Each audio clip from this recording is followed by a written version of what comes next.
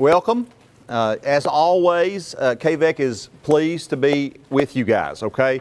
It's very, very important that tonight we understand kind of how we do things is a little different. You know, you guys have had training with me before, and we're really, really intentional about making sure that we talk not only about compliance, but what? Instruction, right? And what moves the needle for kids. But tonight we're going to talk pretty much about just what the regulation says. We're going to talk about the law. We're going to talk about the differences that we see in the record review document, because it is very, very different. Now, if you're sitting here as a first-year teacher and you're wondering what are we talking about, let me try to explain a little bit about what we're talking about. You have guidance documents, like the IEP guidance document that I've heard Harvey tell you it should be being used by you, right? It's the only definitive guidance we have on developing IEPs, okay?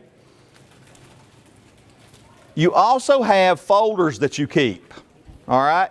You have folders that have certain things in them. They're due process documents. They're ARC meeting notices. There are prior written notices, which we're going to talk about in depth tonight. There are IEPs and all kinds of other things. There's assessments. There's psychological reports. That all goes into your folder. This record review document is a rubric. Everybody know what that is, right? It's a scoring guide for your IEP and for your due process paperwork that you keep in your folder on each kid. Now, one of the things that we have to realize, we are representatives of Perry County, okay? When I'm here working, I feel like one of you. I've been here a lot, and I enjoy it. I'm glad to be here. I've got my good friend, Jacob Stratton, here, who's doing the film work tonight, okay? We're doing this because we're going to share this with other districts, but we're also going to share it back with you guys. We have some people that are missing tonight. They're going to do it on a makeup day. Okay, so there's a couple of reasons why we're doing the videoing. It's going to work better.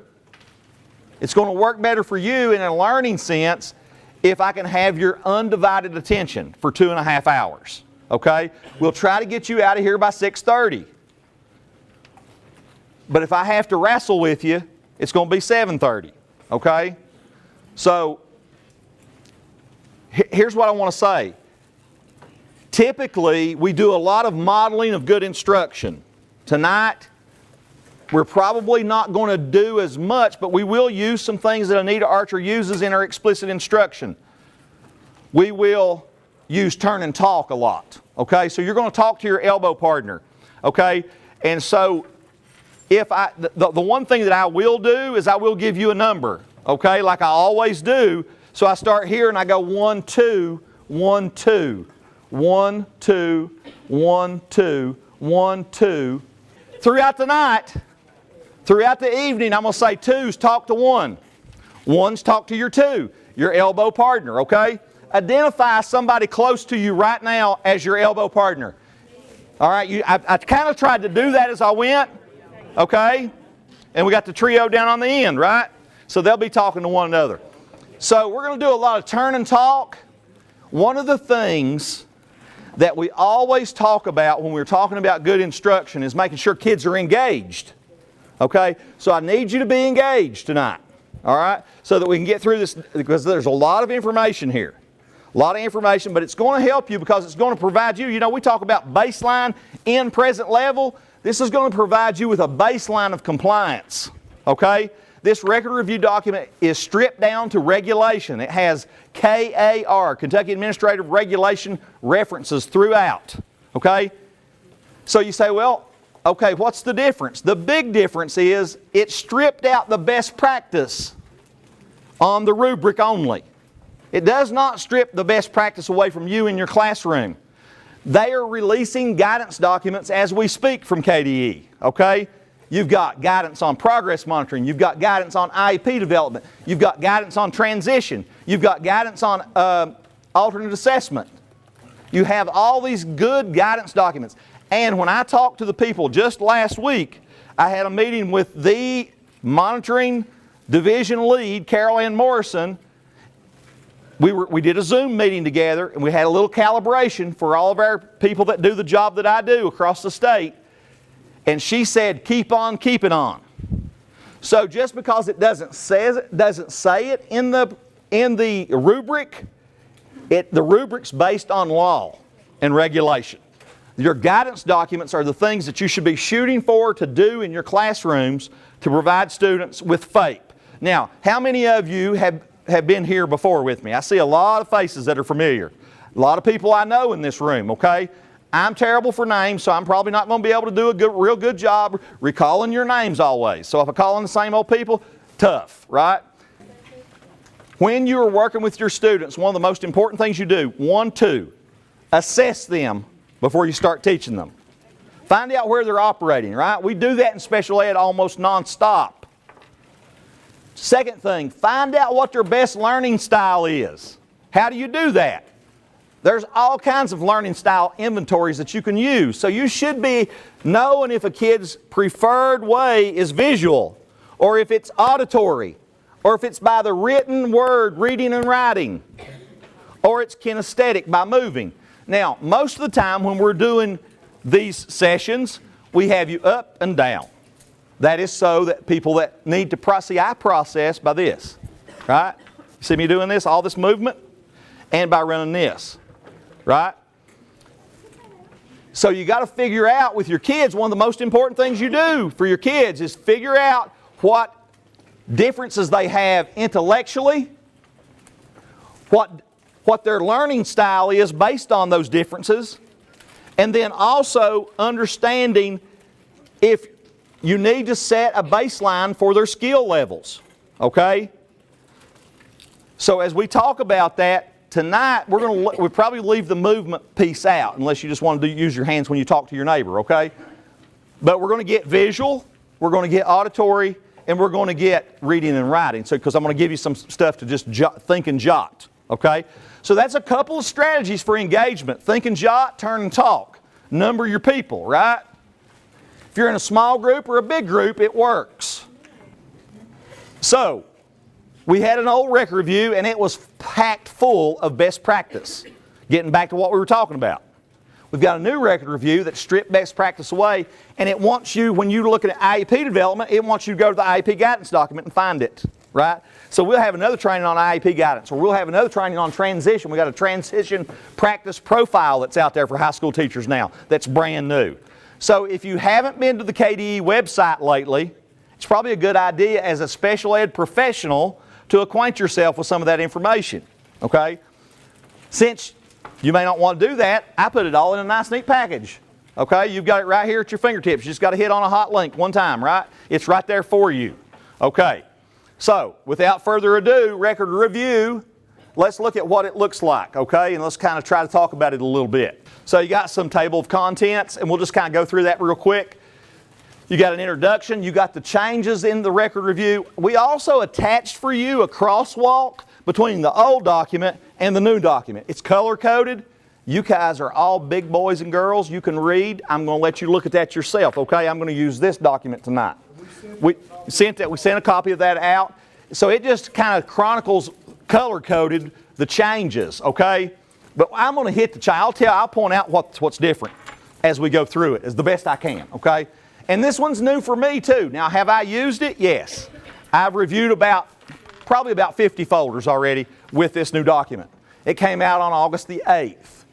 I was at Owsley County doing training on record review using Elwyn. And it came out mid-morning, right while I was doing it, okay? So, it's okay though, because we just do what we need to do. We've learned to roll with the punches, right? I've often used this analogy. In special education, the pendulum swings. As politics change, the pendulum continues to swing, okay? Sometimes we get more documentation, less documentation. We're not worried about that. What we're worried about is moving that needle for kids. That's why we're here, to educate, right?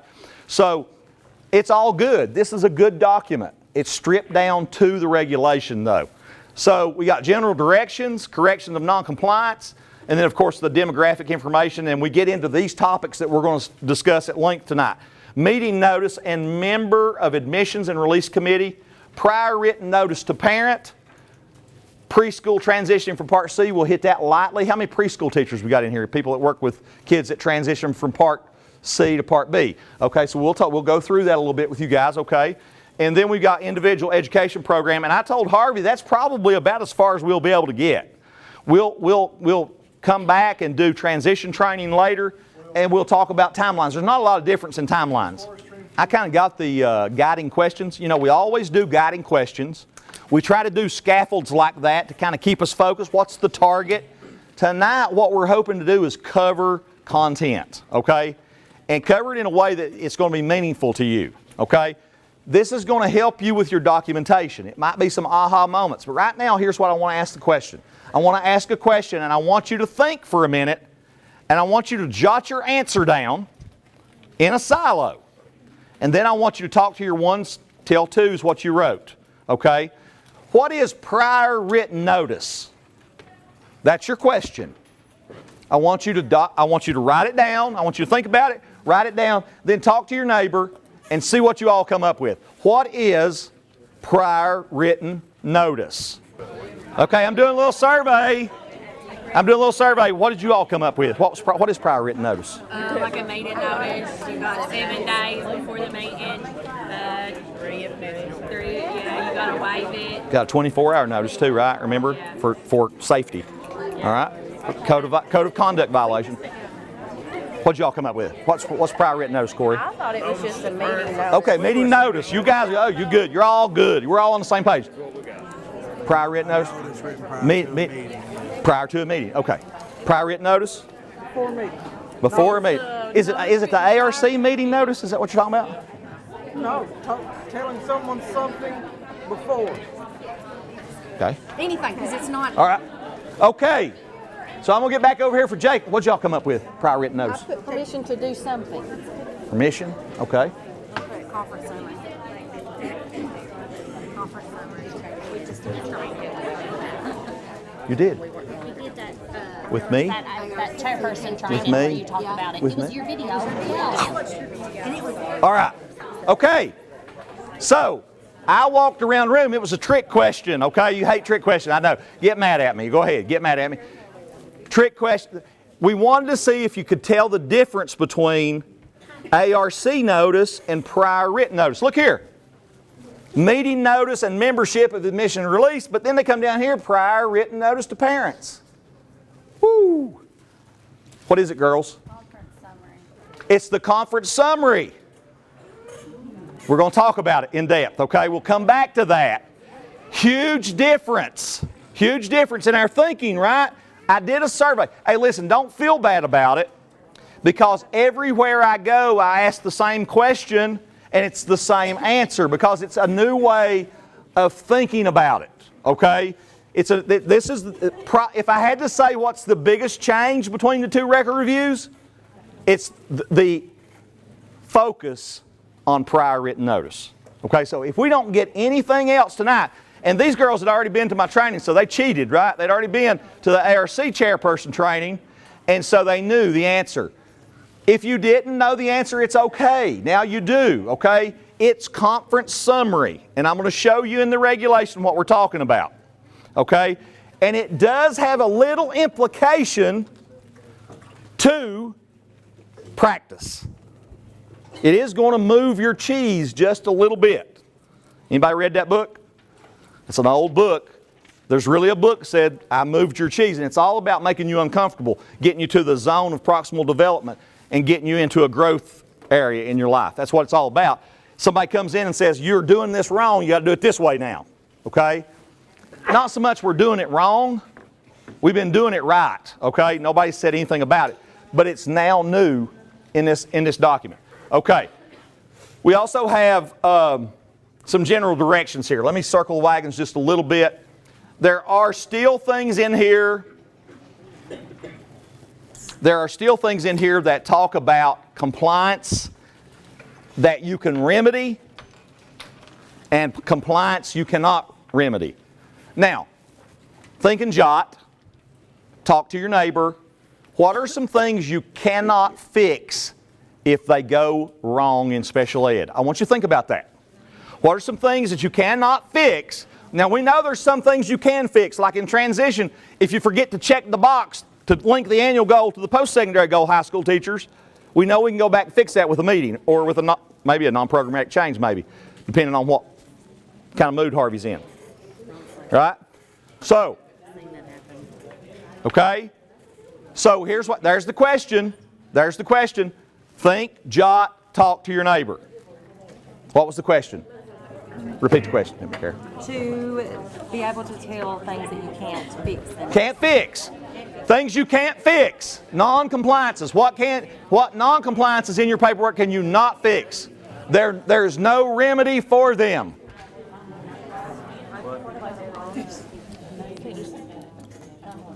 Don't stop. Go ahead. I'm sorry. Why would I make you nervous? We're all in this together. Eligibility, eligibility is a biggie, right? That's a big one. But we really don't talk about that because they assume that you're getting that right. So there's some other things like dead IEPs, right? Dead IEPs. Timelines, right? A 60-day timeline, right? Yep. How about high school? Do I have any high school, middle school teachers in here that deal with transition? If you invite an outside agency and don't get consent properly, that's not fixable. Okay, you see what I'm talking about? Okay, so I think you've had time to kind of discuss that, and we need to move on. So here's what I'm going to tell you. Well, no, you're going to tell me. Back here at the table, I can't see very. I need my glasses. I don't even know what to do with them. Okay, so. Anyway, this table, you know who I'm talking about, my preschool people. What's something you can't fix? What about in preschool something you can't fix? Missing the 3-year, right? The kid's 2, got to have a birthday by 3, right? That's still in here, okay? What else can't we fix down here? What's something we can't fix? I put, Kim? The consent to invite outside agency. The consent to invite outside agency. If you do that after you send the notice, you violated FERPA. Can't fix that. Forget to do it, you can't fix it. You got a dead IEP, can't fix it. Thank you. So, trying to not wear these glasses on TV. All right. Can't see out of them anyway. I can't keep them clean. What else? What else can we not? Austin, you know anything else we can't fix? IEP, dead. You let an IEP go dead, you can't fix it till you do that next meeting, right? And it's still a non-compliance if you have more than one of those in your district. So Harvey stays on top of those timelines. 60-day timeline for an initial referral. You go beyond that, yeah, you can tell them all the reasons why the kid wasn't produced for evaluation, but you still have to eat it, so to speak, as far as compliance is concerned. Harvey has to report on indicator 11, which is 60-day timelines, indicator 12, which is 3-year-old transition, and indicator 13, which we've been dealing with a little bit in a lot of places.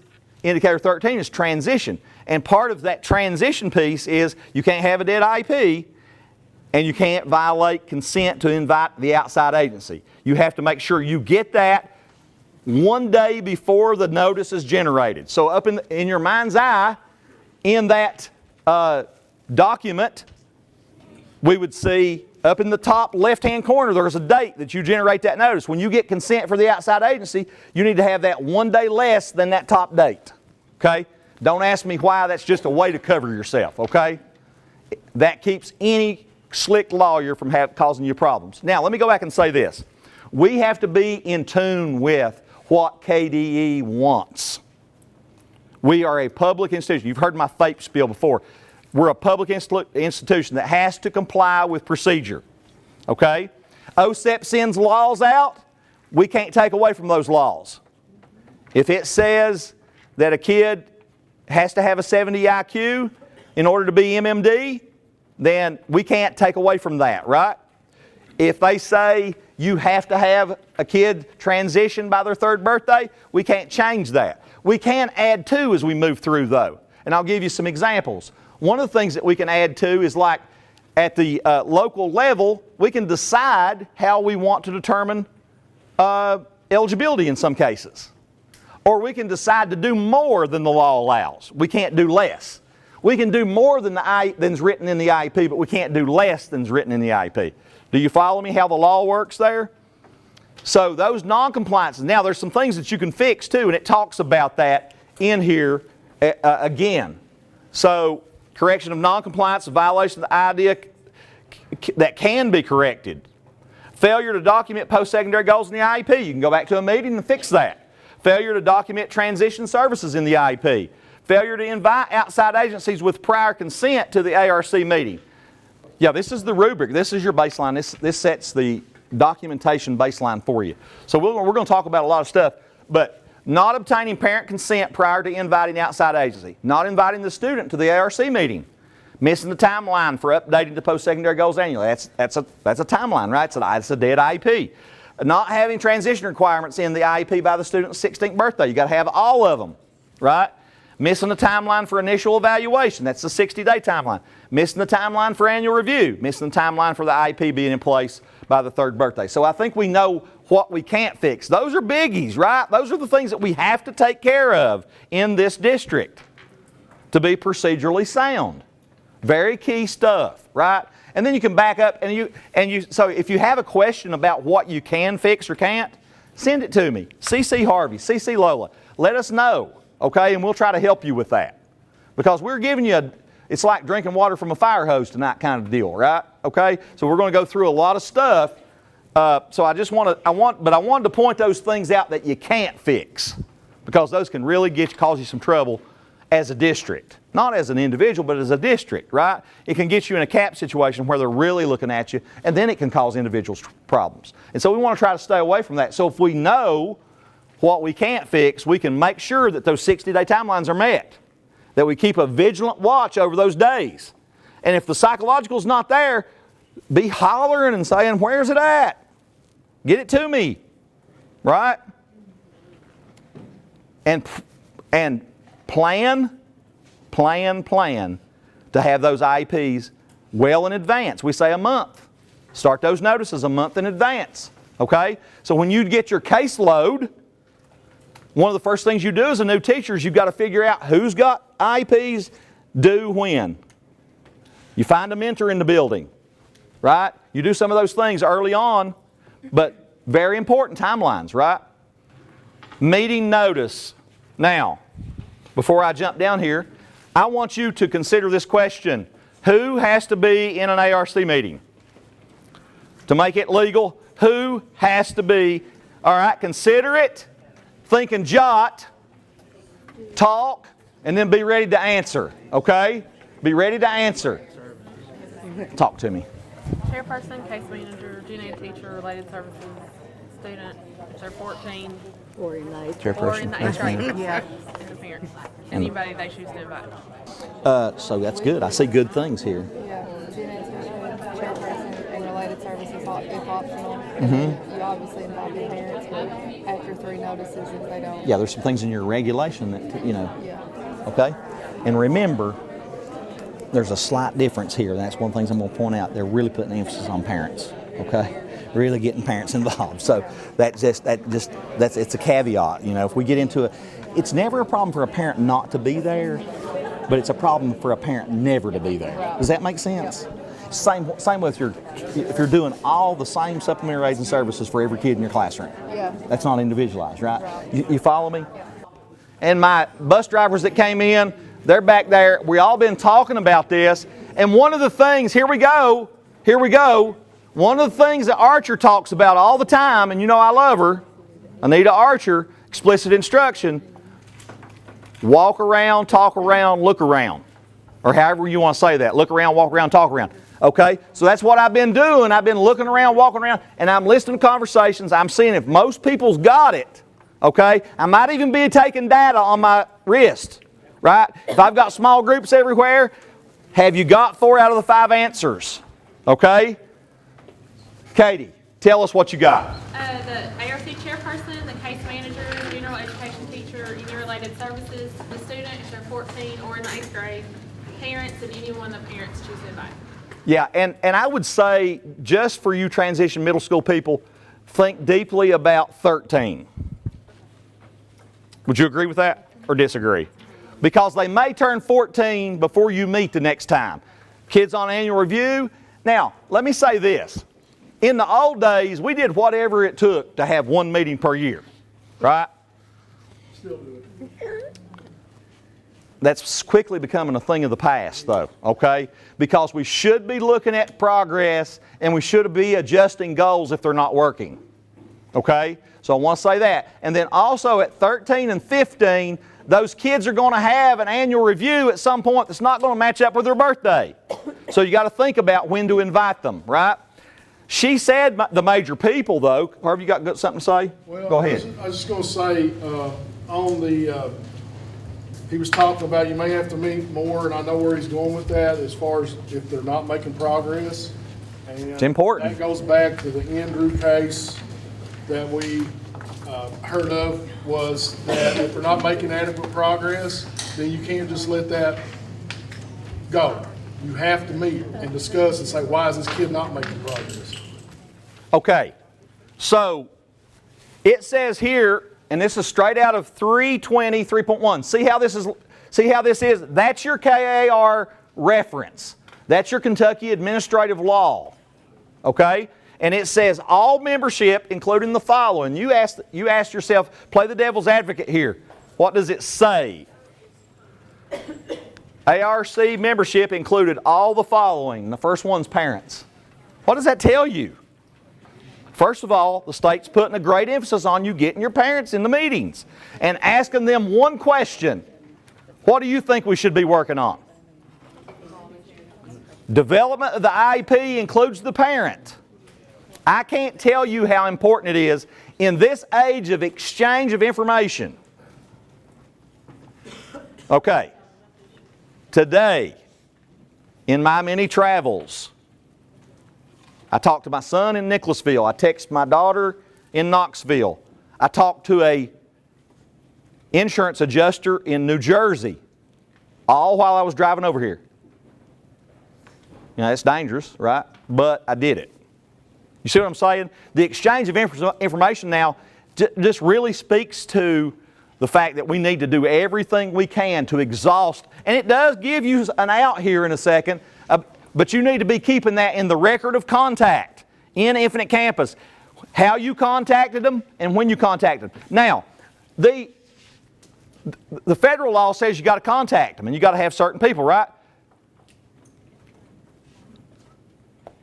And the federal law says you should have two different types of contact, right?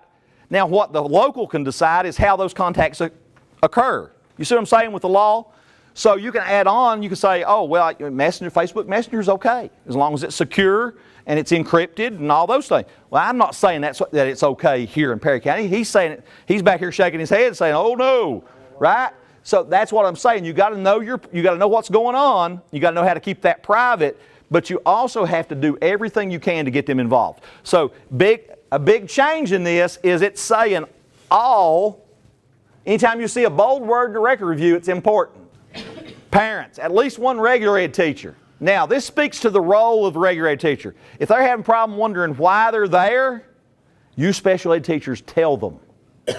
All right? They like to tell you all the things you're doing wrong, so you tell them why they're there. Okay? They are there to inform on what? Curriculum.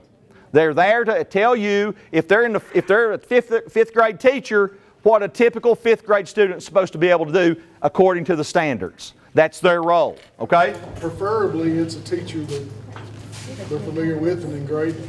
Exactly. Yeah. But that is their number one role, is to inform the ARC of what a typical fifth grader looks like within the standards. Okay? All right. And then the other one is at least one special ed teacher of the child attended, or a special ed teacher knowledgeable of the suspected disability attended. Okay? A representative of the school district qualified to provide or supervise the provision of specially designed instruction. I just heard Ann Benninghoff, who wrote the book on specially designed instruction that's so popular across the nation right now, say this. Students have a civil right to receive specially designed instruction if they have an IEP. They have a civil right. Okay? That's powerful. We got to have somebody in there, a representative of the school district, qualified to provide or supervise the provision of special design instruction.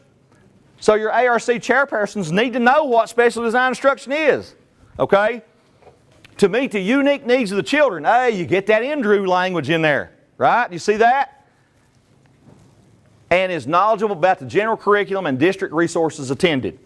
An individual who can interpret the instructional implications of evaluation, and that can be any of these certified folk up here, not the parent. At least a regular ed teacher can go over it, a special ed teacher can go over it, and the representative, the chairperson can go over it. Now, you say, well, how do we do? We know there's regulations in place and there's policies in place. Here's another policy that you have. You can say, like, some places I train only make you do 2 written notices and a 3rd different kind of notice. Typically it's 3 in total, okay? Some make you do 3 written. What's your policy say? Do 3 written plus a different type of notice. So it's 3 written and a phone call to notify properly, right? So any additional members as appropriate, and the individual who has knowledge or special expertise regarding the child attended at the discretion of the parent. You know the parent can bring anybody they want. You know the parent can bring a lawyer. You know if they bring a lawyer in, you don't stop the meeting this day and time. That's happened to me several times. I've got advocates. When I first became director, you could stop the meeting, but now that law has changed. They really frown upon it, don't they? Teresa Combs will tell you in a heartbeat. So you still want us to call you? Well, I definitely need to know if there's a lawyer there, or if there's an advocate. You know, I probably need to know them because, and sometimes you won't know that up front, but I mean, some decisions could be made where you're not going to have, you and the ARC is not going, the chairperson would have the right to say yes or no if it comes to a lot of money, that kind of type of thing. So, but yeah, you got to be careful with that. That has happened to us in the past. That notification just told me I was supposed to be at Perry County. So, but you get what I'm saying. The exchange of information is such that here's what I said in my whisper. Tell them what I told you just a minute ago. Was I talking to you? No, I'm sorry, I was talking to Whitney here. What did I tell you about parents being involved in your ARC meetings? You remember the conversation we had as I was walking around, looking around, talking around? To be there to ask their input, make sure that we. Right, but what I say would be if every meeting you had no parents. Then, yeah, it would look like it's the same, just like a copy and pasted. So here's what you want to stay away from. What Whitney's telling you is that if everybody on your caseload has no parents, we got a procedural problem. If everybody on your caseload has the same supplementary aids and services, we got a problem. Right? It's not individualized. So you can't look at me and say that every parent's not going to show up. Okay? That don't make sense. Or we can't get them via alternate means. And we got things we need to do via alternate means because we're going to come back to prior written notice here in a second. Important concept, right? Okay? The child was invited and attended. It says, child did not attend, but the LEA took other steps to ensure. Now we know that age 13 and above, we want them invited in this district, right? Best practice. By 14, they have to be there. By 8th grade, they have to be there. It's a non-compliance that you cannot fix. If the child, you have to invite them, they don't have to attend. But if they don't attend, you have to put a blurb in there saying what? How their preferences and interests were included in the development of the IEP. Okay?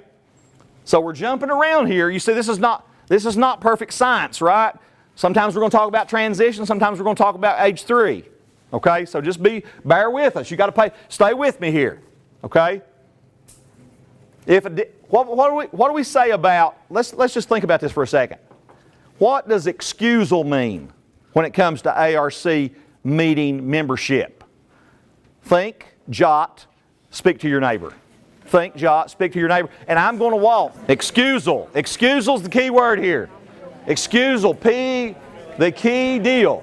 My friends back here at the high school, tell me what excusal means. If we invite like somebody for transition, like from Buck Rehab to the meetings, we have an excusal form, and only the parent can sign that and excuse that person from attending. And there's some language in here that's a little bit different, so I want to point that out. Let me ask you this question. This is a pointed question. This is a scaffold question. And this is what you do when you walk around, talk around. You listen, and if they're off base, you kind of guide them to base, right? I'm not saying you all were off base. I didn't hear enough of it, but I am going to say this. Think about, is there anybody that can be excused or anybody that absolutely can't be excused? And let that frame your discussion. Who can be excused and who cannot be excused, right? Think about that. As far as your ARC membership, that's what we're talking about, right? Okay, I just whispered, if I can have your attention real quick, I just whispered in the ear up here as I'm walking around, looking around, talking around, I'm hearing, let's scaffold this just a little bit. Let's think about, is there anybody that you can't excuse, and are there people that you can? Think about that and talk about that. Okay, so, here, let's talk about excusal. What we're talking about here is if you're having a meeting and you invite someone and they can't be there. In some instances, you have to get an excusal from that person, especially if that area of content is going to be discussed, right? And it has to be before the meeting, and you have to agree on it, and the parent has to receive the input, and the parent has to say it's okay. That's basically what it says, right? Okay, so the question I asked was, are there some people that you absolutely can't excuse? What's the answer? Yes. Yes is the answer, but who are they? Chairperson. Special ed. Regular ed. You can't, those are non-negotiable. You got to have them, they're supposed to be there the whole time. The parent can say go on with the meeting without me, but technically you would have to have them. You don't have to do an excusal for a parent. You don't have, where it falls is, lots of times is speech, PT, OT. Okay? And I sent a copy of that letter that you would have that you could use if that has to happen. And I've used this example with you guys before, I know I have. The PT calls up on the morning of, what do you do? Timeline's on 60. Right? Think about that deeply for a second. What do you do? Do you take a slap here or do you take a slap there? You got to stay legal, okay? So you can't have ARC meetings. I call them clandestine. Look that word up sometime. Clandestine meetings where you're meeting in secret and only you know what goes on in the ARC meeting, but you share it with everybody and they sign off. Oh, we don't do those kind of meetings, right? We're not supposed. In this age, you can't get away with that, okay? Now, I've been in this business 35 years. I've seen a little bit of everything, okay? And I'm not being Mr. Goody Two-Shoes up here. I probably violated that at some point. I know these district chairpersons sometimes like to squirrel out. I even had an instance where the principal said, I'm going to leave this for you, because it was embarrassing what was going on in the room, okay? So, I say this, and I say it very seriously. You got to have a properly constituted ARC. You got to have a chairperson that's there. You got to have a regular ed teacher that's there. I know those grade level teachers like to say, especially at the middle school, elementary school level, I got to get back to my kids. Okay? You just tell them why they're there, be organized, have a plan, have your drafts ready to go so that you can go over the stuff, you can talk about the stuff, you can get the stuff in there, and you've met the letter of the law for membership. I think we've beat this dead horse to death. We're going to move on, okay? Now, the LEA provides a written invitation to the meeting. That's an ARC notice, and you got to do certain things. The notice was sent at least 7 days before the ARC meeting. So if I review your files, I'm looking to see if that top date, when the meeting notice was generated, and when the meeting date was set, if there's a 7 calendar day gap, okay? Difference between school days. Now we count school days for initials, right?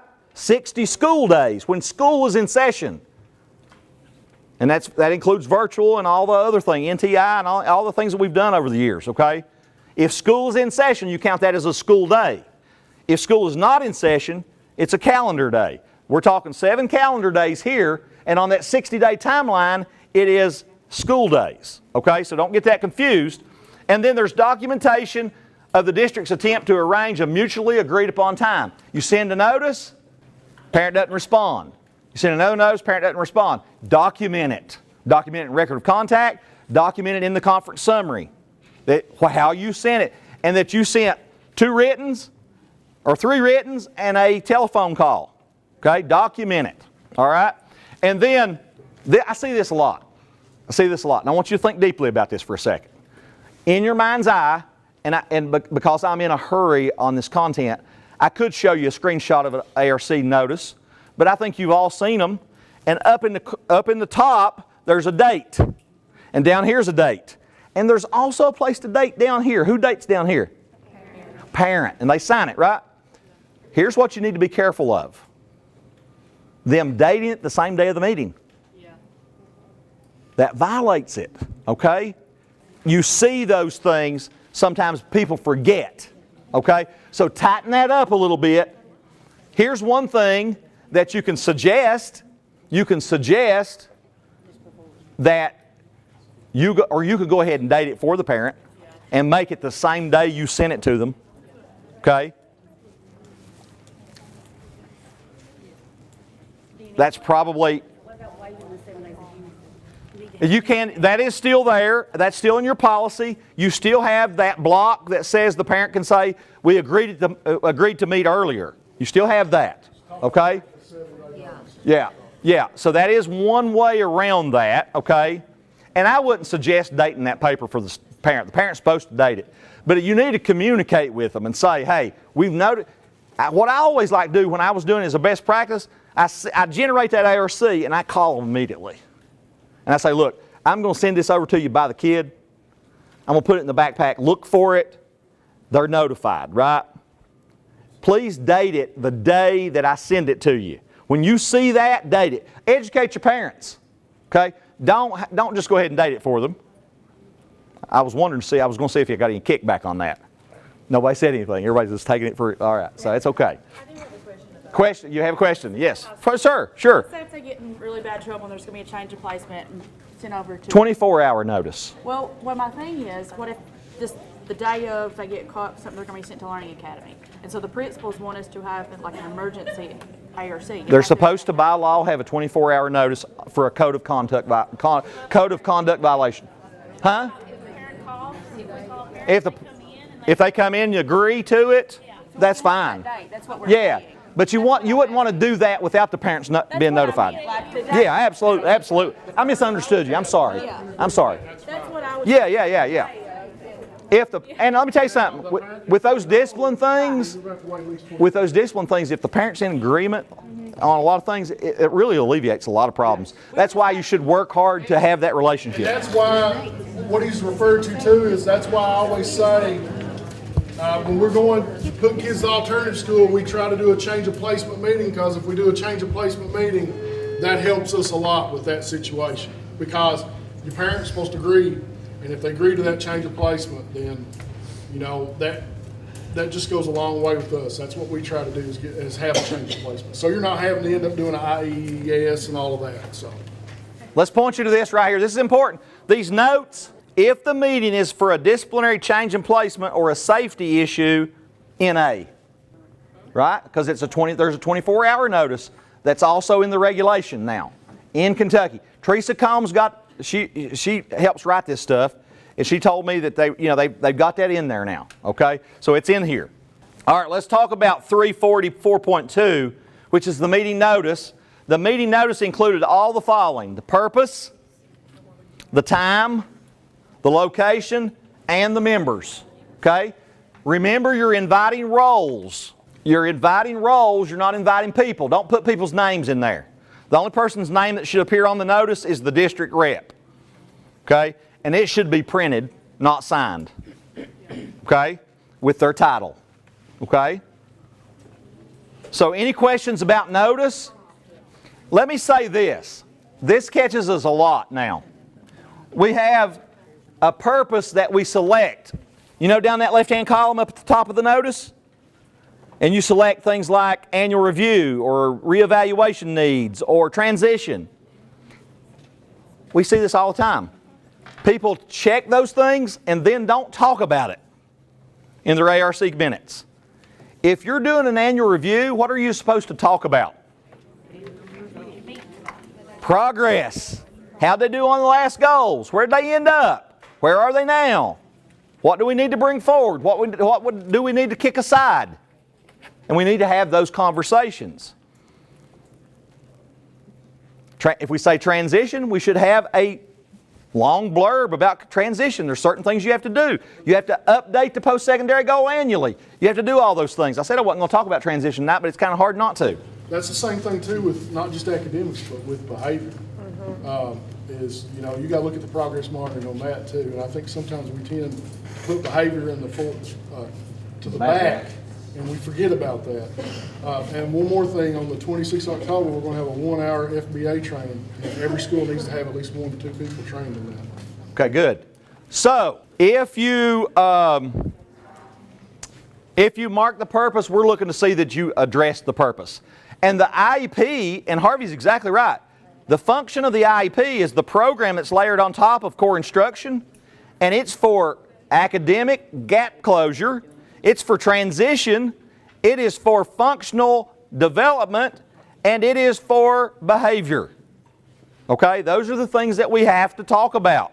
And if we choose a purpose and then we don't talk about it, we've got a problem, compliance-wise. Okay? And notice the LEA will invite representatives from the early intervention program to the initial meeting if the parents request. 3-year-old people, perk up your ears. If you invite the outside agency, you have to have permission from the parent in the initial referral meeting. You remember that from last year? So, again, I'm going to say that. First steps, you have a little powwow with them, and then you have your initial meeting. The parent has the right to say they don't want first steps there anymore. So you have to get permission to invite the outside agency, first steps, to the meeting before you send the notice. For children who are in the 8th grade or 14, the meeting notice included the following. The purpose is the development of a statement for the need of transition service, and the child was invited. Those are the 2 things you have to do on that notice for kids that are 13 and above in this district. Okay, best practice. For children who are 16, all of the following must be included. The IEP was in effect when the child turned 16. Remember, we said that was a non-remedy, non-compliance. A purpose of the meeting is the consideration of post-secondary goals and needed transitions for the child, and it includes the identity of any other agency invited. This may apply to children under the age of 16 if determined to be appropriate by the ARC. So we say best practice 13, 15, right? 13, 15. Because you know that they're going to turn 16 at some point. If they turn 16 in December, you had the meeting today, you don't include what needs to be in there for 16, they turn 16, I come in January and review your file and we say, non-compliant. Okay, you follow me? 13, same way. That's why we say that. Parent participation in meetings. The parent could not be convinced to attend, but the LEA kept records of its attempts to arrange a mutually agreed on time and place. The records may include detailed records of telephone calls made or attempted and the results of those calls. A copy of correspondence sent to the parent, any responses received, detailed records of visits to the parent's home, and I think it even says place of employment, right? So, we're supposed to exhaust these and keep a record in Infinite Campus on our record of contact to try to get them there. If they won't come, and some of them won't, and I know that, and I'm practical, okay, I realize, I was a high school teacher, and I know sometimes they don't want to come. And that's okay, we got to go ahead and do what we need to do for kids, but make sure you're attempting and you're keeping a record of, okay? So, can I ask you a question? Sure. Are we allowed to include attempted calls in the monitoring? Okay. Yep. You can put it in Infinite Campus in record of contact, and you can also document it in your conference summary minutes. I would say do both. Now here comes the fun stuff, prior written notice. This is kind of new, okay? So if you don't get anything else from the meeting tonight, get this, all right? They're still talking about ARC notice here, right? Except for meetings concerning disciplinary changes, at least it has to be 7 days, right? So it's yes or no. A LEA shall provide a written notice to the parents of a child with a disability at least 7 days before an ARC meeting, 7 calendar days. For meetings concerning a safety issue, there's your 24-hour notice, okay? If they violate code of conduct and you need to have a meeting to make some changes to the IEP, you have to give them a 24-hour notice. You can't do it that day. If you're changing their placement, you can't do it unless you call them and they agree to it, okay? All right, the LEA, this is where it gets a little different, okay? So perk your ears up. The LEA provided prior written notice to the parents of a child with a disability and I love this, within a reasonable time. Most of the policies say 10 days. I'm not sure what yours says. Yours says 7 to 10. Okay? The LEA provided written notice to the parent before the LEA implements a proposal or a refusal to initiate a change of the identification, evaluation, or educational placement of the child, or, here's the big or, the provision of FAPE. My question to you, and I want you to have a conversation with your elbow partner, what does that provision of FAPE mean? Talk about it. Have a discussion. Ones tell twos what that means. Ones tell twos what that means. Now, this is a difficult thing, but here's what I want to remind you. Most of you spent a couple of evenings, remember those nice evenings we spent together at West Perry? After school? Right? You remember those? We talked about FAPE, and FAPE is what? The delivery of what? The free appropriate public education, but it is the delivery of the IEP, isn't it? That's what we're doing. And we learned in the Andrew case, one, we've got to have appropriate goals that are ambitious. We've got to meet the student where they are. It's unique to that kid's disability and the needs that they have. We've got to progress monitor it, and we've got to have parents involved, and that's what it's saying, or the provision of FAPE. Okay, here's what I'm going to say to you. This is never a problem if a parent comes to the meeting. What does that mean? Turn and talk to your neighbor. What does that mean? What does that mean? If the parent is there, there's no problem, right? You special ed veterans ought to get that. Okay, let's pull back together now. We've had time to discuss that. What do I mean? It's no problem if the parent shows up. Because they've already done their input. Because they participated and they got notified of the changes, didn't they? You handed them the conference summary. Here's the problem, though. How many parents don't show up when we go ahead and have a meeting? What do we do then? It says in a reasonable amount of time you got to let them know about the changes, right? We're talking about changing the placement. We're talking about identification, changing the eligibility. We're talking about what else does it say? Initiating the change of the identification, evaluation, or placement, changing the placement. Maybe we're tightening that placement a little bit. We're making a different location where they're receiving their services. Okay? But here we're saying, and it's got that or on there, or the provision of FAPE. So we're talking about the changes we make to the IEP. The parent has the right to be prior notified in writing. Now, if they don't come, do you see a problem with how that could get into a rabbit hole for you? Legally. Turn and talk to your neighbor about it. Talk to your neighbor. Tell them what you think. Ones tell twos. Or the dominant person in the group, tell your neighbor. Listen, Harvey's going to bust if I don't allow him to tell you what he's got on his phone here. Okay? So we're going to pause for a minute. This is called interleaving practice, right?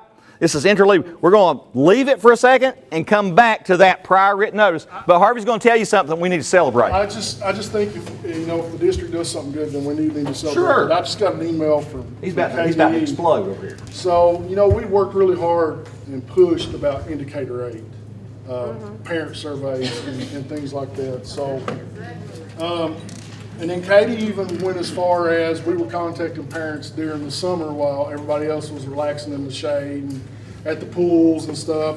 Katie was working on that. We ended up with 460 parent responses, which is probably tops in the state. I would say, yeah, you can give yourself a hand because, we may end up even...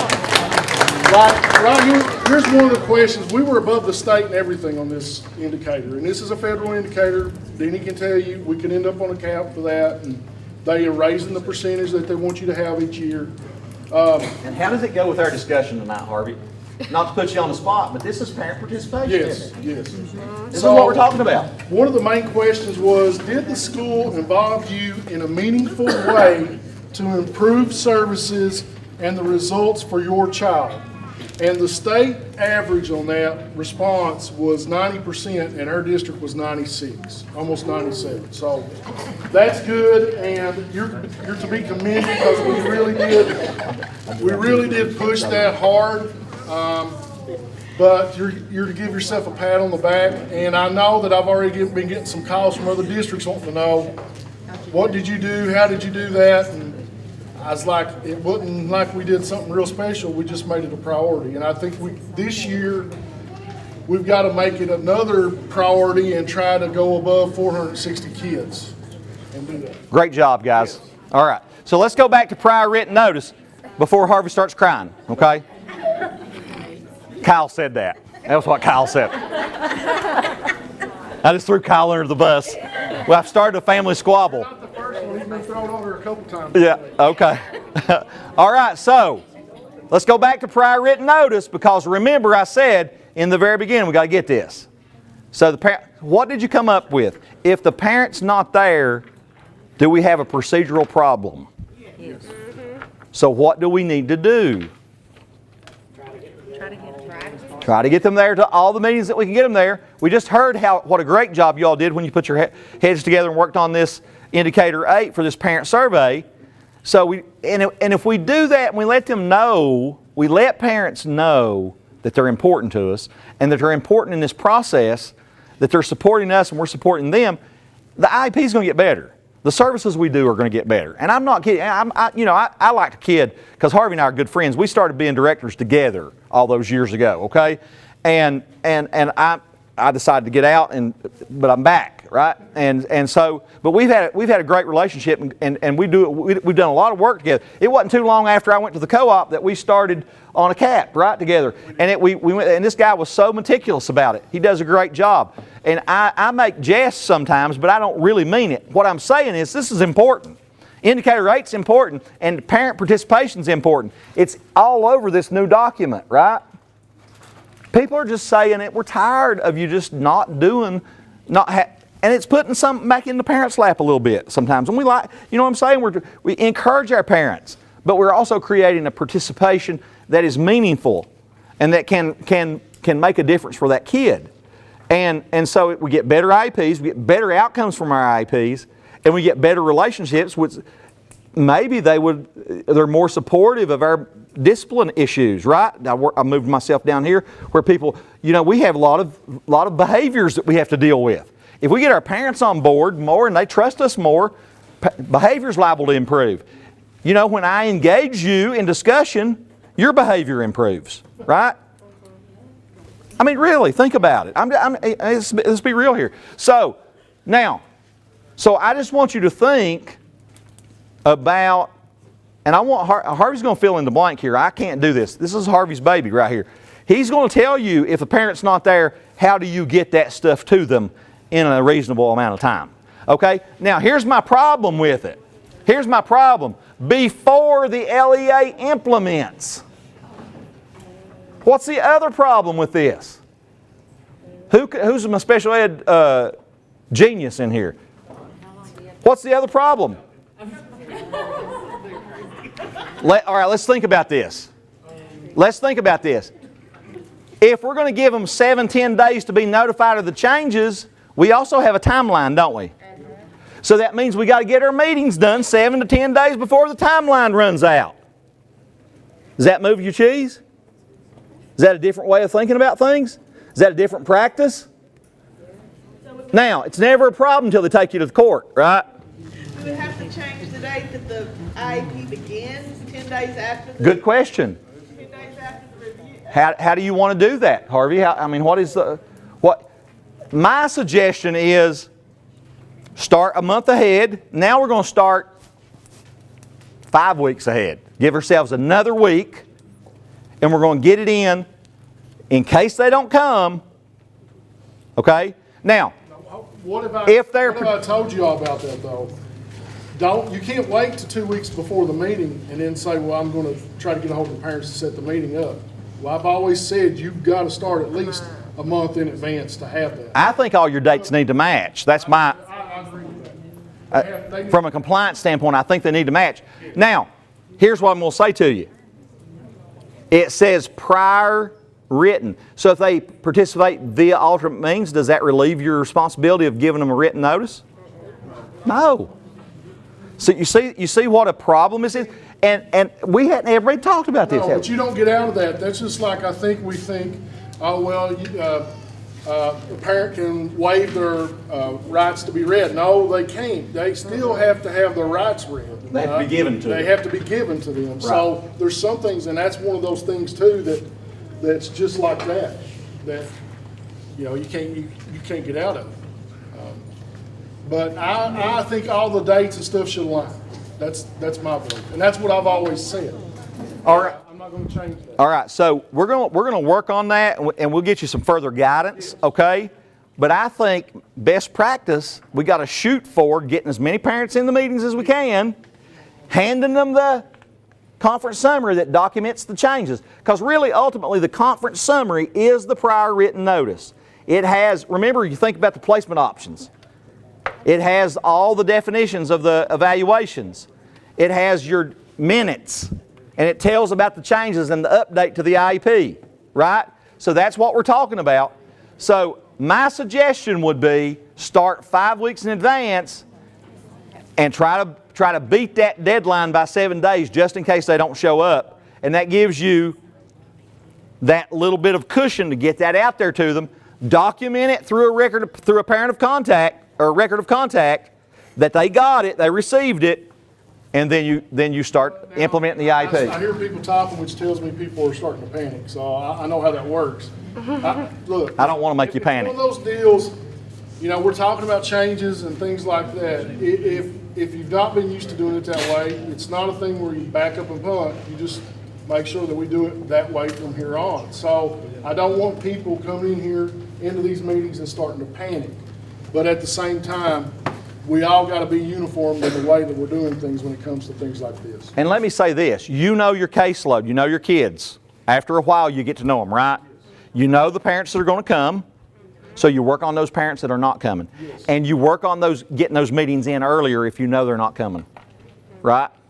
So it's not your whole caseload we're talking about, but I just want you to be aware of what the law says. And again, I'm going to say, and I don't mean to be the bearer of bad news, okay? But I am telling you, it will come up somewhere.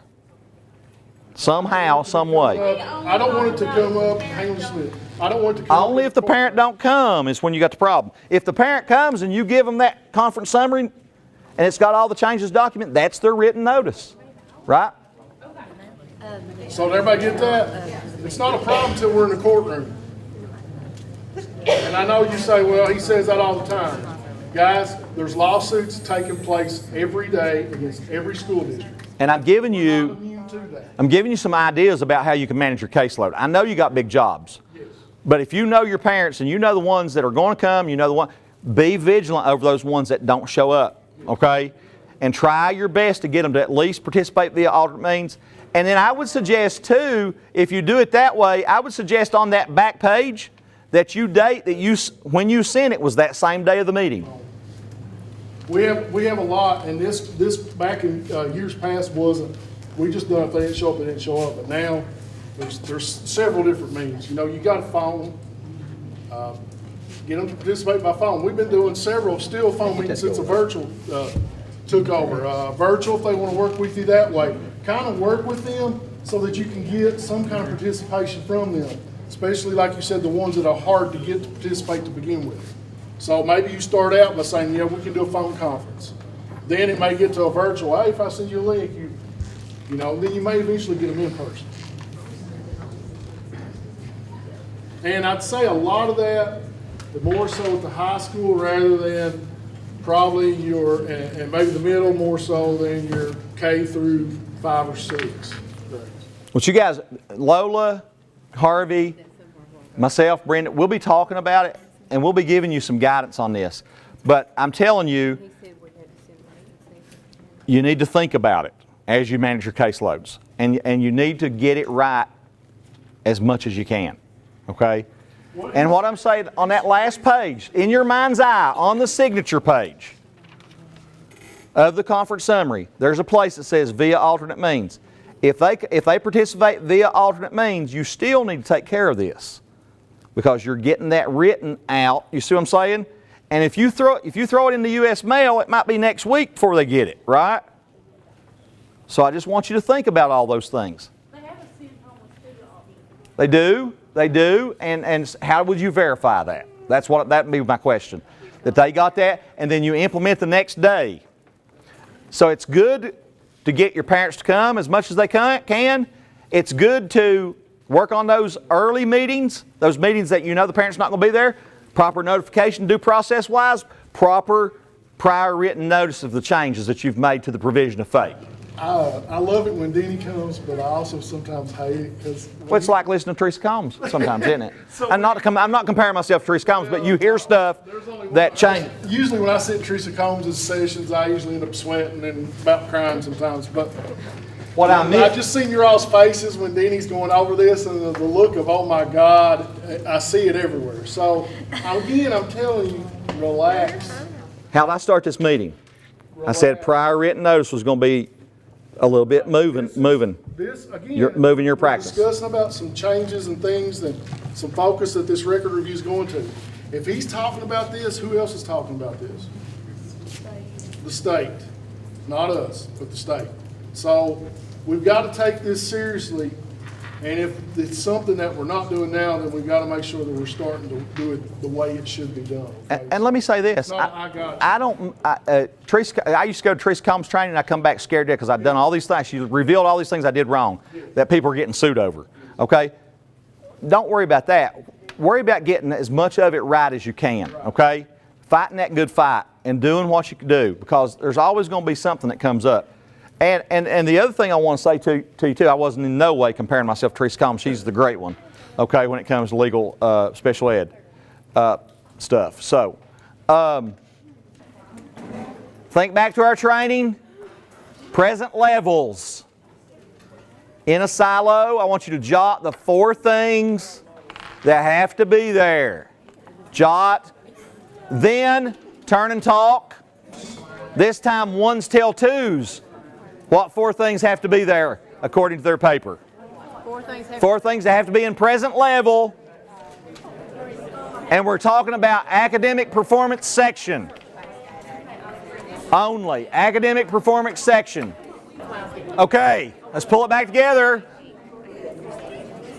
Let's hear it. I'm going to go this table in front. Corally, tell me, what is the first thing you write in present level? Strengths. Second table, Corally, what's the second thing you're going to look at? Data, okay. Baseline data. Back row, what's the third? They got data and they got strengths. What else do we have to have attached to that data? The need and area of concern, and then your +1 is your adverse effect, right? So we got strengths, areas of concern, data, baseline included. Now, here's what I want to tell you. This record review doesn't say anything about baseline. But the progress monitoring guidance document tells you got to do baseline, because the verb and the goal has to be quantifiable. You have to use numbers. If I review your file, top to bottom, in present level, I got to be able to tell where the kid's currently functioning. I got to know what the baseline is on a skill. We're talking about academics here right now, okay? So if I say his baseline on reading, his instructional level, his zone of proximal development, his area where we move his cheese, is his baseline. That's his instructional location. That's where we should be providing the ambition in his goals. We should be stretching him, okay? Independent reading level, 2nd grade, benchmark says you got to have 150 words in a minute. I just threw that out there. I don't even, okay? Huh? 102 right here, reading specialist, right? Way to go. Thank you, Pauletta. So if the kid's getting 90% of that, that's 9 times, that's about 90 something, right? 90.8? Yeah, 92, 91, okay? So in order to be independent at the 2nd grade level, you got to read 90 some words in a minute. That's his independent level. So we move him up to the 3rd grade. He's in the 5th. We move him up to the 3rd grade and we probe him on the benchmark words in the 3rd grade, and he gets 20%. That's his baseline. We do that one of 2 ways, either using mean or median. If we have an outlier score, we use the median score, where we order them from top to bottom and we take the middle two scores. We take the one in the middle, or we take an average of the two middle. Or we just do, if they're all around the same level, if he gets a bunch of 102s, 103, 104, 105, but he doesn't have an outlier, we do the average score. So that would be his instructional level. And that's the baseline that needs to be in there. And then we need to be able to go over to that section where it says goals, and we need to see that there's a connection.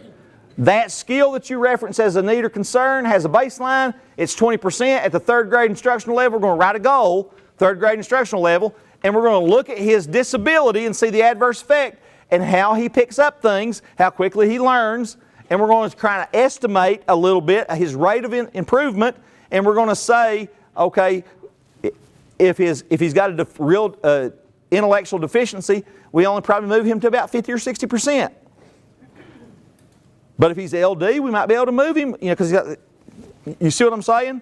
So that's how you do that.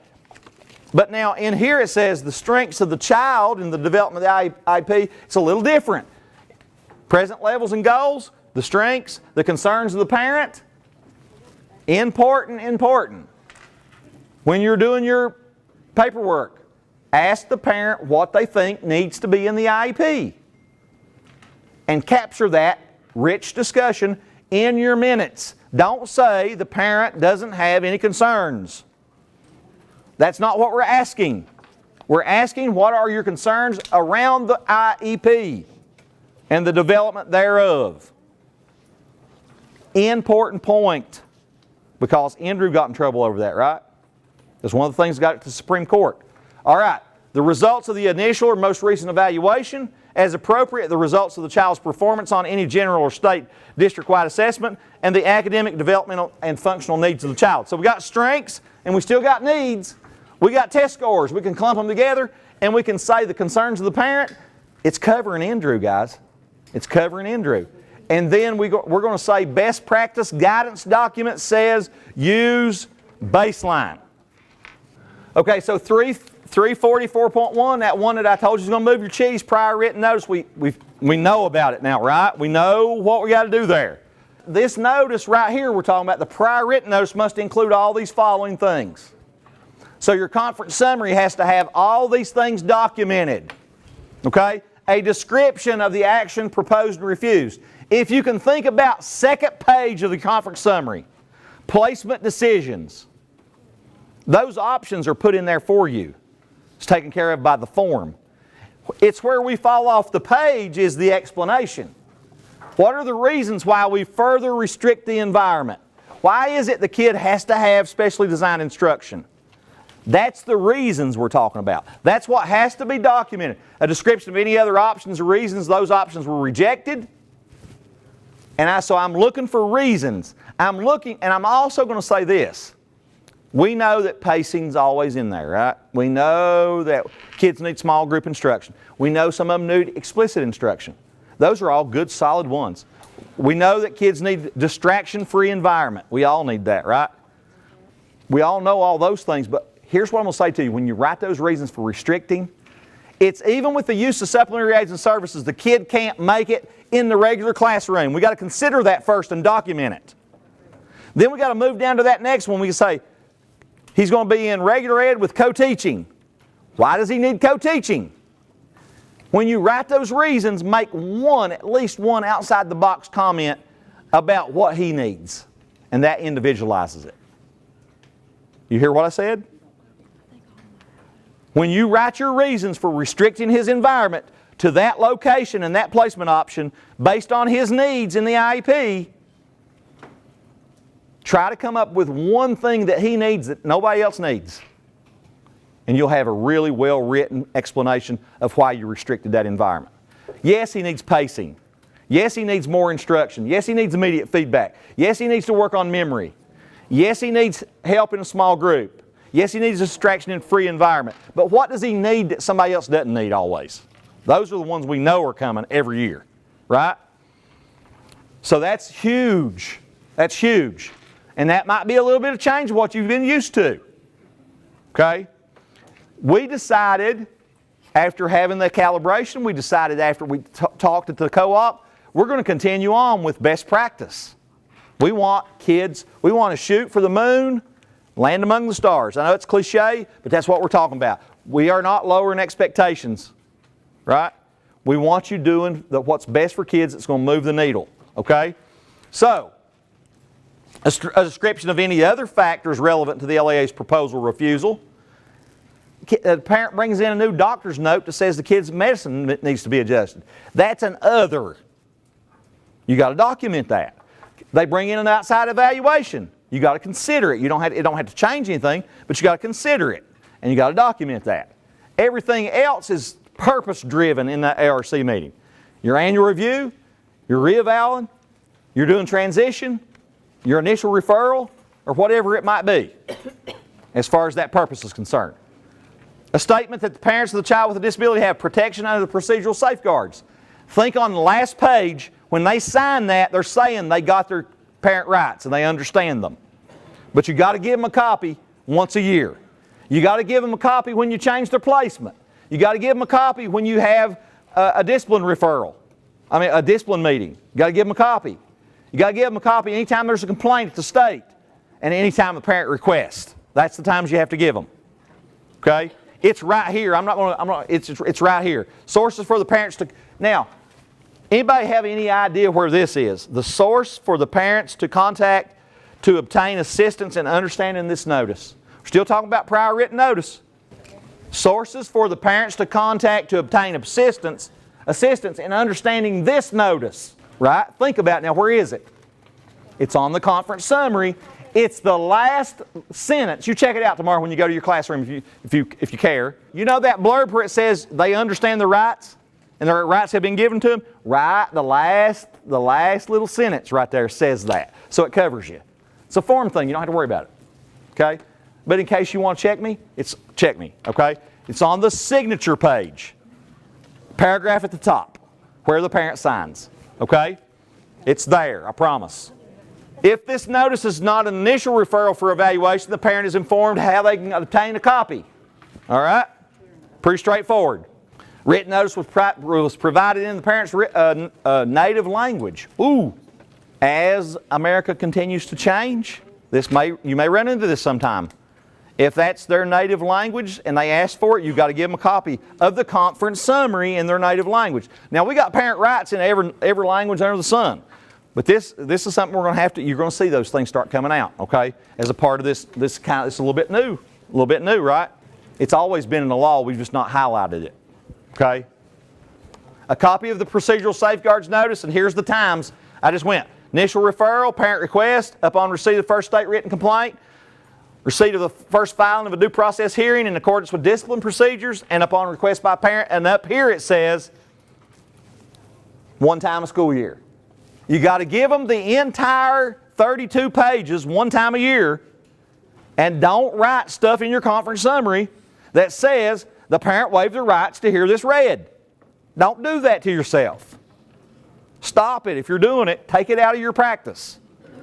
Say we gave them the question, we gave them the rights, and we asked them if they understood them. They said they did, and they signed. And leave it at that. Per Teresa Combs. Okay, that's not Denny speaking, that's Teresa speaking. Okay? The LEA obtained consent before conducting an initial evaluation or reevaluation of the child. You're going to like this next one. Parental consent is not required for reevaluation.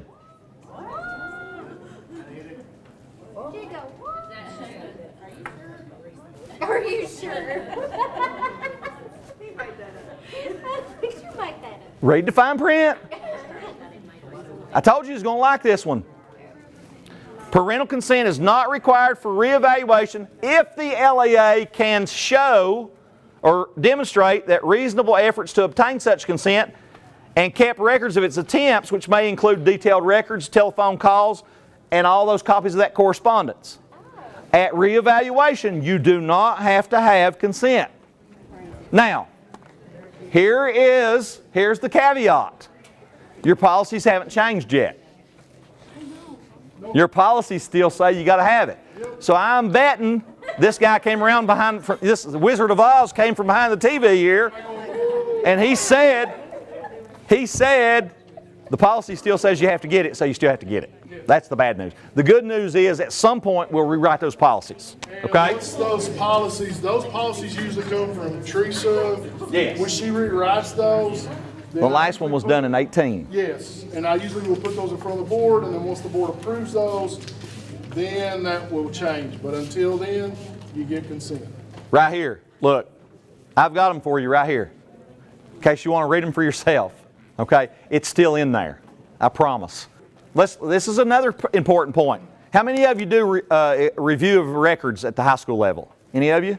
Any of you do and so when you're doing a reevaluation, maybe you don't get another IQ measure, or you just look at the existing stuff and you say the kids it's still enough to say they need special design instruction, and they still have an adverse effect, right? You have enough information. Parental consent is not required before reviewing that existing data as part of an evaluation or reevaluation, or administering a test or other evaluation that is administered to all children unless consent is required of all parents before the administration. So what we're saying there is you don't have to get consent to take the ACT unless all kids have to get consent to take the ACT, right? But you do have to get consent on a reevaluation until the policy changes. And if you're reviewing existing data, you don't have to have consent. You're just reviewing the data that's already there, okay?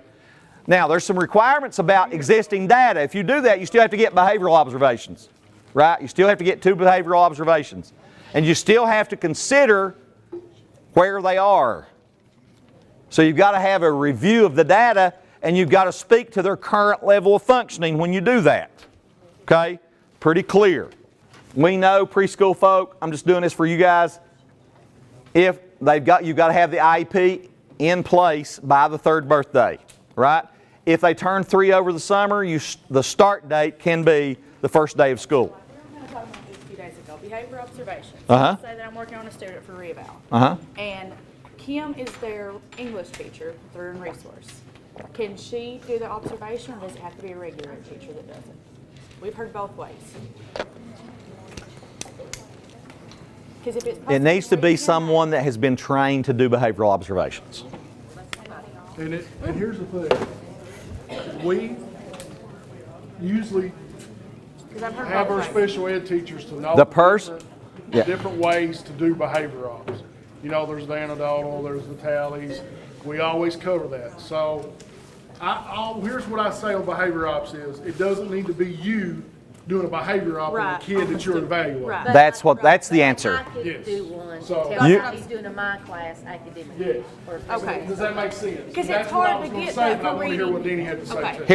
Here's the only caveat to that. What you're saying. If you're supposed to be if you're supposed to be providing specially designed instruction during that class, don't do it during that time. Do it when there's other instruction going on. But you Okay. can do it Core instruction. because it's her student, but it doesn't need to be during the class that you're doing the instruction in. It probably needs to be some other class. So it should be on Gen Ed Yes. setting. That's what we were doing. Preschool. The IFSP must be considered in developing the IEP. That's the Individual Family Service Plan, right? The IFSP. That comes from First Steps. You got to consider it, okay? So you need a copy of it, and you need to document it in your minutes when you find that kid eligible. It's a little bit different in it's a little bit different in our alternative settings. So those teachers don't have the luxury of going into another classroom if they're having to do an evaluation or whatever. So like she has asked, could they do it in each other's? And the answer to that, we have 2 teachers there, they could do each other's. At the same time, she said, well, one doesn't come, we got an attendance issue. Well, if you can't get a kid and you're having an attendance issue, 1, you need to call a meeting. 2, And that's a behavior issue. yes, and 2, you would probably go on some previous class documentation that you would have. So, if that makes sense. So can I ask just to clarify? Did you say it is okay to do them as long as it's not in the class that you're providing services for? Mm-hmm. If you're not doing the teaching. You're not doing the instruction.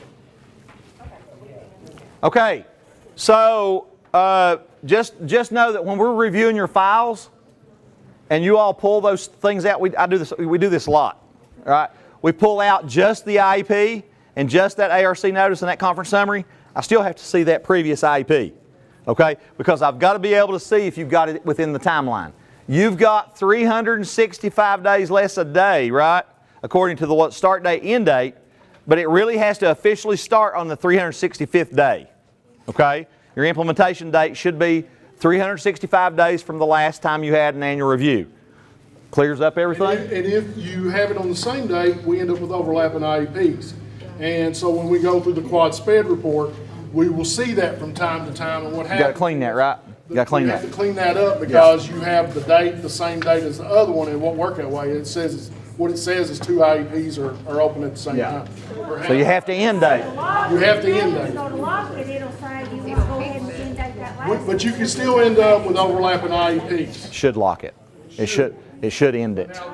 It should end date it for you I've automatically. already seen some overlapping IEPs this year, believe it or not. They've been working on that since the beginning of Infinite Campus, okay? And I'm not an Infinite Campus guru. You guys know I don't even have access.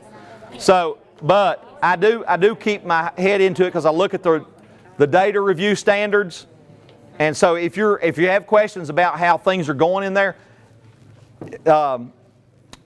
Amy Patterson puts out the data review standards each fall.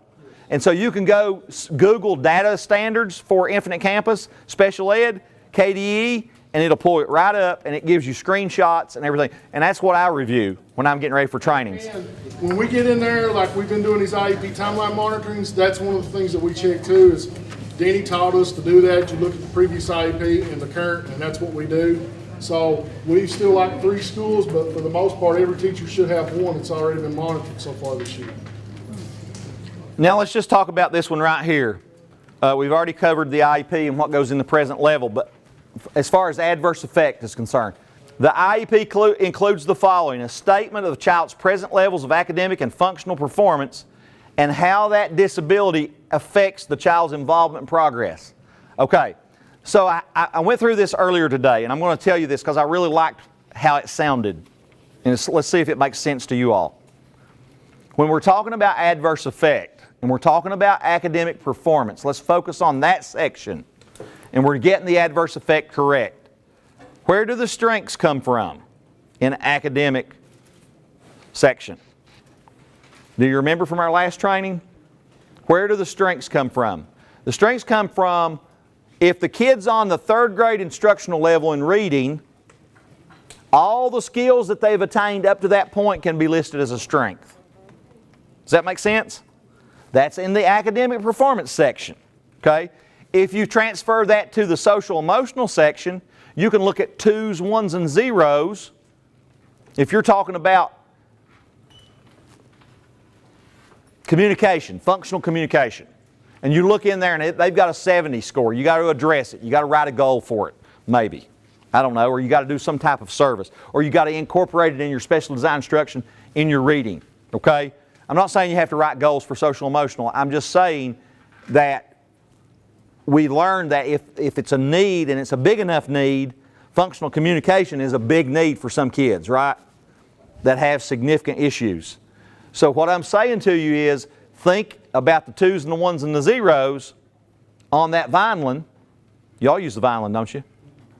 Right, the ABS? Okay, so that you still got a 2, 1, 0 rating system.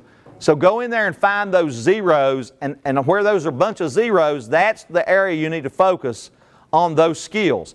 If you have 2s, those are strengths relative to that student in that area. Functional communication we're talking about, right?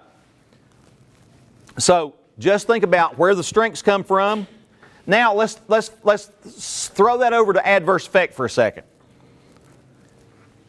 We know what the target is for a 5th grader in reading. We know where he is. He's got an adverse effect. What is the adverse effect? From the disability. So we need to consider the intelligence piece. Lots of times our kids have memory issues. Okay? Lots of times they have verbal issues. They have language deficits. Okay? So you got to look through that lens and see what the impact of the disability. If the kid's MMD, it's going to be an overall intellectual problem that causes the residual effects of reading problems, math problems. Let's just take memory. Just do this. Do a little survey of your psychologicals in your reports on your caseload. I bet you 75 to 80% of your kids are going to have a low working memory score. Okay? I bet you. Okay? So what's the impact of that? We got to attack that executive functioning. We got to teach them to impulse control. We got to teach them to communicate. We got to teach them to plan for their success, to set goals, to do all those executive functioning things. And so when we look at that, that's the disability causing the problem. That's the adverse effect. So we need to be looking at what's expected academically, yes, and the gap that there is, that's an adverse effect. And we state that a little bit, but we say, hey, the memory's causing the issue, and because of memory issue, he's behind 2 grade levels in reading comprehension. That's the adverse effect. You see what I'm saying? So you really need to understand as an education professional and a special education professional, you need to be able to read that daggone psychological and make sense of verbal comprehension and all those other 4 things that go along with processing speed and memory and all those things that go in there, visual spatial display, and all those things that make up that kid's learning profile. We'll go back to that. You need to profile these kids. You need to determine how they best learn and what are their differences, because that speaks to specially designed instruction. And remember, I said civil right that they get it. If they have an adverse effect and their disability is causing them to be behind significantly enough to be having an IEP, then we have to understand what's causing the problem. And that's what we're talking about with adverse effect. Okay? More than anything, you've got to dig deeper and you've got to do a little reading. Okay? You got to do the back reading on what memory's doing to our kids. What deficiencies in working memory are there, and start working with these kids on those things. So if I went back and I said, from the very beginning of the training tonight, we asked the question, who has to be in an ARC meeting? Can you write it down right now?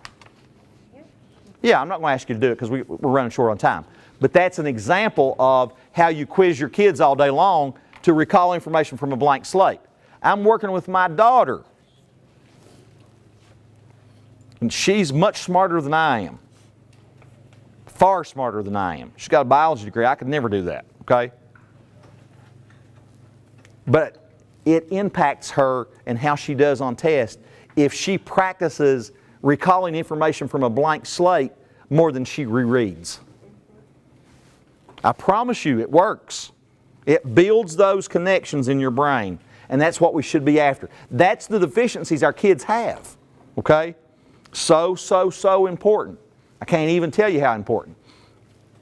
And so memory and working to overcome that gap is a top-notch specially designed instruction piece. Okay? So if we're reading into that psychological and we understand adverse effect and why that gap exists, why does that gap really exist? Is it there's all kinds of reasons, but it's still there. And what does it look like? Now, I'm doing a new training, and it talks about specially designed instruction, okay? And it's based on the work of Ann Benninghoff, and it's all talking about what are we supposed to do that's special for kids, okay? Specially designed instruction is a part that we cannot go without as special ed teachers. It's what we do. It's what the special ed teacher does that's different than the regular ed. It's on top of the core content. They get all the core content, but we have to change the content. We have to adapt the content. We have to adapt the methods, and we have to adapt the delivery. What's an example of delivery of instruction and how we would adapt that? If we're in a co-teaching setting, we can bring a small group over to the side, right? That's an adaptation of the delivery of instruction, all right? Or we can adapt the methodology. We can look at the different strategies, the different methods that are going to work. Maybe they don't work for this group of kids, but over here, this group of kids need a different method. They need a different way, okay? So that's what we're talking about. Why do we do specially designed instruction? We address the unique needs of the kid, we ensure access to the curriculum, and we meet the child and help the child meet the educational standards. Not that we provide access to the standards, but that we help them meet those standards. And Benninghoff says that they've got a fundamental civil right to receive this stuff. So if I ask you the question, what's so special about your specially designed instruction, you can answer it definitively by putting things in your toolbox that work for kids. We know we're going to have reading problems. We know we're going to have math problems. We know we're going to have attention problems. We know we're going to have behavior problems. Build your toolbox around specially designed instruction. You've heard that preaching from me before. Now, all kids get UDL. That's Universal Design for Learning. That's designing the lessons up front to account for differences. All kids get that on the outer layer here. See it? All kids get differentiation. Okay? Where we look at readiness, we look at their interest, we look at their products, and we give them an opportunity to have different ways of receiving instruction. All kids get that. All kids get MTSS. What is that? Multi-tiered Systems of Support, or RTI. Right? But in this inner layer, only kids that have IEPs get specially designed instruction. So we've got to know what it is, and we've got to deliver it. It's not so let me give you an example. How many of you have used graphic organizers? Is graphic organizers an accommodation, or is it a specially designed instruction? If I hand you a graphic organizer, that is an accommodation. But listen to this. If I teach you how to do your own graphic organizer with the things that help you remember what goes in the boxes, and you color code them in such a way, or you put numbers with them in such a way that you're going to remember, and I teach you how to do that, and you take that skill down the hall to science class, and then you take it to math class, that's a transferable, independent, specially designed instruction piece. See how it differs? Same thing with mnemonics. If I hand you VARC, visual, auditory, reading, writing, and kinesthetic, if I hand that to you, you may remember it, you may not. But if I teach you the process behind that, that's special design instruction. If I teach you the process behind coming up with a mnemonic that you will remember, that means something to you. When I learn a song, I've talked to you about this before, when I learn a song, I play bluegrass music sometimes. I love it. I'm a hillbilly, right? Okay, I love it. I listened to it all the way over here from Jackson today. All right? I have to make those words connect to something in my life before I can remember them. I can't just remember them because somebody else sung it just 5 minutes ago. It don't work that way for me. I've got to write it down. I've got to connect it. So you got to teach the kid the process. That's specially designed instruction. Teaching the kid the process, the cognitive, metacognitive reflection of that process so that it becomes transferable and you can take it with you. It provides independence to the kid. That's specially designed instruction. Okay, here's the guiding questions. Is it special? Is it something different from the typical general education practices of UDL and DI? Does it address the child's unique needs? Is it related to an IEP goal? Are we collecting data for it? Is it instruction rather than a tool or an accommodation? Now, those are all questions you get. Is it intentional? Is it growing a skill? Is it transferable? I already give you the examples around that, okay? So, here's what I want to challenge you to. If you're in a co-teaching setting, do you know what the skills are of the kids that you're supposed to be providing special design instruction? Is it all in your head? I'm going to challenge you to change your practice a little bit. Develop you a little spreadsheet.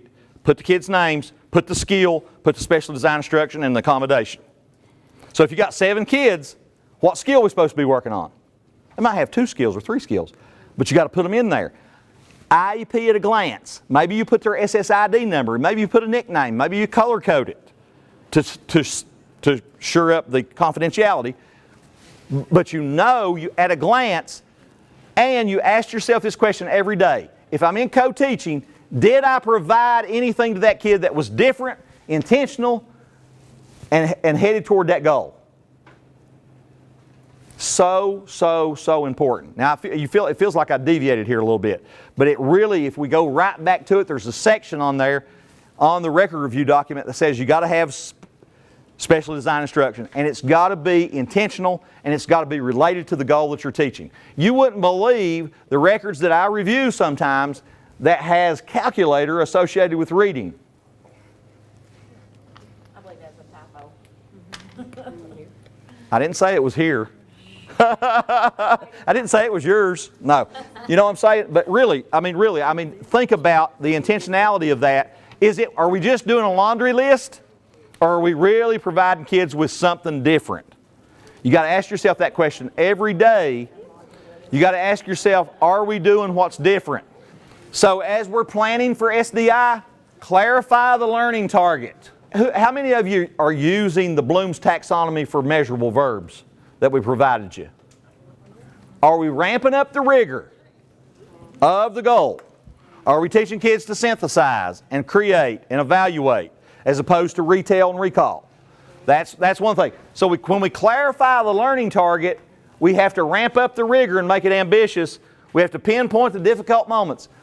In a lesson, do you have a special ed lesson around specially designed instruction? Do you do a lesson plan for that? I don't know. I'm challenging you to think about it, okay? Choose the IEP goal you're going to address, identify the metacognitive process, adapt the general approach, attend to the access skills, and boost participation. You guys have done a really good job. Now, there's more on this record review, okay? There's more on this record review. One of the things we've been telling you about behavior and positive behavior interventions, I told you if a kid has low adaptive behavior, we're supposed to address it. I'm going to change that for you. You don't have to do that. It's on for maladaptive behavior, okay? If it's impacting the student to where they can't learn or somebody else can't learn, address it with PBIS. We're not talking about if they have functional communication issues, we got to write PBIS for it, okay? You see what I'm saying? So that's a little bit different. I got calibrated. I talked to Carol Ann about it. Carol Ann Morrison's the lead there. So that might change a little bit of your practice there, okay? So it's for those behaviors that for any disability are causing problems and keeping people from learning, themselves or others. Then you do PBIS, okay? Still, you got to do 6 components because your policies say you do. You got to have annual. You got to have 6 components. Your IEP guidance document says that, okay? Still got to do a measurable annual goal. Still got to do 6 components, A, B, C, D, E, F. Everybody remembers that little exercise we've done, right? So make sure we're doing that. Now, I'm going to turn it back over to Harvey. I really appreciate your time. I think we've come as far as I can look at you and tell we've come as far as we can come, okay? You can look at me and tell the same thing. All right. Thank you, buddy. All right. All right. Real quick, reminder on October the 26th, we don't know where we're at. There's going to be a 1-hour FBA training if you're interested. We told the DRT school leads that we are highly recommending that 1 to 2 people, especially if you're a bigger school, 2 people get trained on that because some of the litigation issues, the first thing that they ask is, was an FBA done to develop a behavior intervention plan for a kid who was having behavior issues? And I know that's not going on in all of our cases. So we got to cover our bases on that. We're having a DRT lead meeting the last Monday of the month. And then also, I've been starting to send emails out weekly. What are we getting round to? It's going to be closed, child count. You got referrals, start getting those to us, all right? With that being said, everybody have a good evening. I appreciate it. Thank you all.